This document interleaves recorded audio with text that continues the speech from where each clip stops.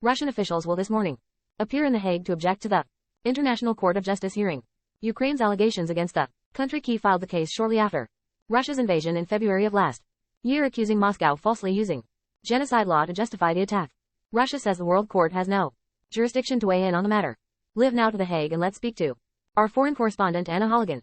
Hello there to you, Anna. I wonder if you could just take us through the timeline of how we got here.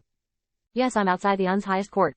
Now you can see it's also a popular tourist attraction. The hearing has just started, so Russia and Ukraine lawyers in court side by side arguing their cases. We're hearing first of all from Russia.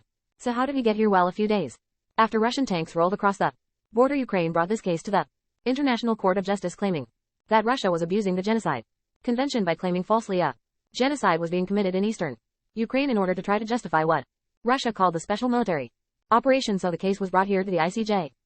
A month later, March 2022, judges here issued an interim ruling in which they said Russia should cease all covert and overt hostilities and that both sides should avoid any action that could escalate the situation. So where we are today, this is potentially a pivotal moment because Russia is arguing the ICJ doesn't have the power, it doesn't have the jurisdiction to hear this case.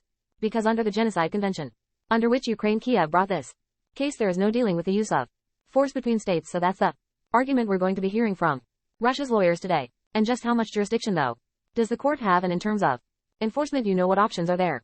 Both very good questions. So both countries, Russia and Ukraine, are signed up to the Genocide Convention. So in that sense, if the judges decide they have jurisdiction to hear this case, they have jurisdiction over both countries. However, with that interim ruling, we know the hostilities continued, so Russia ignored that ruling in March 2022 in terms of enforcement powers. Well, actually none. If the judges decide they have jurisdiction, and if eventually, probably, we're talking years in the future, they rule in Ukraine's favor that Russia had falsely used claims of a genocide in order to justify the full-blown invasion, that our new enforcement powers, they could escalate the case to the UN's Security Council. But of course Russia has a veto power there. I've been speaking to some international legal experts though, and they say if the judges find